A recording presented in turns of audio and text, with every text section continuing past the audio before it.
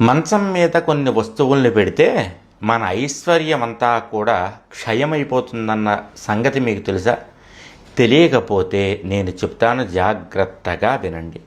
మనం అలవాటు ప్రకారం కానీ లేదా మరచిపోయి కానీ లేదా సౌకర్యంగా ఉంటుందని కానీ కొన్ని వస్తువుల్ని మంచం మీద పెడుతూ ఉంటాం. అలా పెట్టడం వల్ల ధనలక్ష్మీ దేవతకి ఆగ్రహం కలగడము, దేవతలందరికీ కూడా ఒక రకమైనటువంటి క్లేశం కలగడం వల్ల వాళ్ళు మన ఇంటి నుండి బయటికి వెళ్ళిపోతారు. అవేమిటి, ఎలా చేయకూడదనేటటువంటి విశేషాలన్నీ కూడా మనం ఈ వీడియోలో తెలుసుకుందాం. మంచం మీద పెట్టకూడనటువంటి అతి ముఖ్యమైనటువంటి వస్తువులలో అతి ముఖ్యమైనటువంటిది పసుపు, కుంకుమ. ఈ రెండిటినీ కూడా ఎట్టి పరిస్థితుల్లోనూ కూడా మంచం మీద పెట్టకూడదు. మంచం అనేటటువంటిది భోగస్థానము అని పేరు. అందుకని మంచం మీద ఎప్పుడూ కూడా పసుపు కుంకుమల్ని పెట్టకండి. పూజా ద్రవ్యాలని పెట్టకండి. అంటే తమలపాకులు కానీ, పూలు కానీ, పళ్ళు కానీ, అవి పెట్టినటువంటి కవర్లు కానీ తీసుకొచ్చి మంచం మీద పెట్టకూడదు. తరువాత దేవతలకి నైవేద్యం పెట్టడం కోసమని తెచ్చుకున్నటువంటి ద్రవ్యాలేవి కూడా మంచం మీద పెట్టకూడదు. అలా పెట్టడం వల్ల వాటిలో ఉండేటటువంటి దైవికమైనటువంటి శక్తి అంతా కూడా పోయి ఒట్టి వస్తువులుగా మాత్రమే అవి మిగులుతాయి. అందుకే గమనించండి, ఎవరైనా అవసాన దశలో ఉన్నప్పుడు ఏమంటారో తెలిసే, ముందు నన్ను మంచం తిప్పేంట్రా బాబు, ప్రాణం పోయేలా ఉందంటారు. ఎందుకంటే మంచం మీద మరణించడం కూడా మహాప్రమాదము, దోషభూయిష్టం. అందుకనే మంచం మీద చచ్చిపోవడానికి కూడా చాలామంది ఒప్పుకోరు, ముందు కింద పెట్టేసేయండి అంటారు. మంచం భోగస్థానము మాత్రమే. అదేవిధంగా మన ఐశ్వర్యక్షయం అయిపోవడానికి ఇంకా మనం మంచం మీద ఏమేం పెట్టకూడదనేటటువంటివి కూడా అయిపోయింది అనుకుంటున్నారేమో, ఇంకా అయిపోలేదు చెప్తాను. ముత్యాలు ఎప్పుడూ కూడా మంచం మీద పెట్టకూడదు. గవ్వలు ఎప్పుడూ కూడా మంచం మీద పెట్టకూడదు.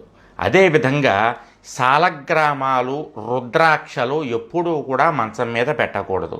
బంగారు ఆభరణాలని మంచం మీద పెట్టకూడదు. వెండి ఆభరణాలని, వజ్రాభరణాలని, మరకతాభరణాలని, పచ్చలని ఎప్పుడూ కూడా మంచం మీద పెట్టకూడదు. మనం పొరపాటున ఏం చేస్తామంటే బెడ్రూమ్లో ఇలా బీరువా తెరవగానే దాని మీద ఈ బంగారం అవి తీసుకుని బీరువాలోంచి తీసుకుని ఆ బంగారం ఉన్నటువంటి వాటిని, ఆ డబ్బాలని తీసుకొచ్చి మంచం మీద పెడతాం. అలా పెట్టడం వల్ల కూడా లక్ష్మీక్షయం అవుతుంది. మీకు ఎంత బంగారం ఉండనివ్వండి, కొత్త బంగారము రాకుండా ఆ చర్య అడ్డం పడుతుంది. అంటే బంగారం ఏం చేస్తుంది అంటే తోటి బంగారాన్ని రమ్మని పిలుస్తుందట. మీరు బీరువాలో ఒక బంగారు నెక్లెస్ పెట్టుకున్నారనుకోండి, ఆ బంగారు నెక్లెస్ ఇంకా బంగారాన్ని రమ్మని పిలుస్తుందట. అంటే మీరు ఇంకా ఆభరణాలు కొనుక్కునేటటువంటి అవకాశం లభిస్తుంది. మంచం మీద కనుక పెట్టారనుకోండి బంగారు ఆభరణాలని, ఇవి కొత్త బంగారాన్ని పిలవకపోగా ఇవి కూడా వెళ్ళిపోవడానికి చూస్తాయట బయటికి. అందుగురించే గమనించండి, కొంతమందికి ఎంత బంగారం ఉన్నా కూడా ఎప్పుడూ బ్యాంకుల్లోనే ఉంటుంది. అది ఎప్పుడూ ఒంటి మీద పెట్టుకునేట అవకాశం ఉండదు. దానికి కారణం ఏమిటయ్యా అంటే మంచం మీద బంగారు ఆభరణాలని గబుక్కుని బీరువాలోంచి తీసి పెట్టడమే. బంగారు, వెండి, వజ్రాభరణాలు, నవరత్నాల్ని ఎప్పుడూ కూడా మంచం మీద పెట్టకూడదు. అదేవిధంగా చాలామంది ఆంజనేయ స్వామి వారి యొక్క పుస్తకం పట్టుకెళ్ళి దిండు కింద పెట్టుకుంటూ ఉంటారు. ఎప్పుడూ అలా పెట్టకండి. కావాలంటే కింద ఒక మంచం కింద అడుగున ఒక బట్ట పరిచి దాని మీద ఆంజనేయ స్వామి వారు దండకం పెట్టుకోండి. చాలామంది దేవుడి ఫోటోల్ని, దేవుడి బిళ్ళల్ని తల కింద పెట్టుకుంటారు. తల కింద పెట్టుకుని లేవగానే అది తీసి ఒకసారి కళ్ళ ముందు చూసుకుని కళ్ళ కత్తుకుని మళ్ళీ తల కింద పెట్టేసుకుంటూ దిండు కింద పెట్టుకుంటూ ఉంటారు కదా, అది కూడా దోషభూయిష్టమే. మంచం ఎప్పటికీ కూడా యోగస్థానము కాలేదు, ఐశ్వర్యస్థానము కాలేదు, అది భోగస్థానము మాత్రమే. ఈ విషయాలని కనుక మీరు జాగ్రత్తగా గమనించి ప్రవర్తించారంటే ఐశ్వర్యం మీ ఇంట్లో నిలువ ఉంటుంది. లేదు అలా కాదనుకున్నారనుకోండి, మీ ఇష్టం వచ్చేట్టు ఉన్నారనుకోండి, నేను చెప్పగలను కానీ మీ చేత చేయించలేను కదా మీ ఇంటికి వచ్చి.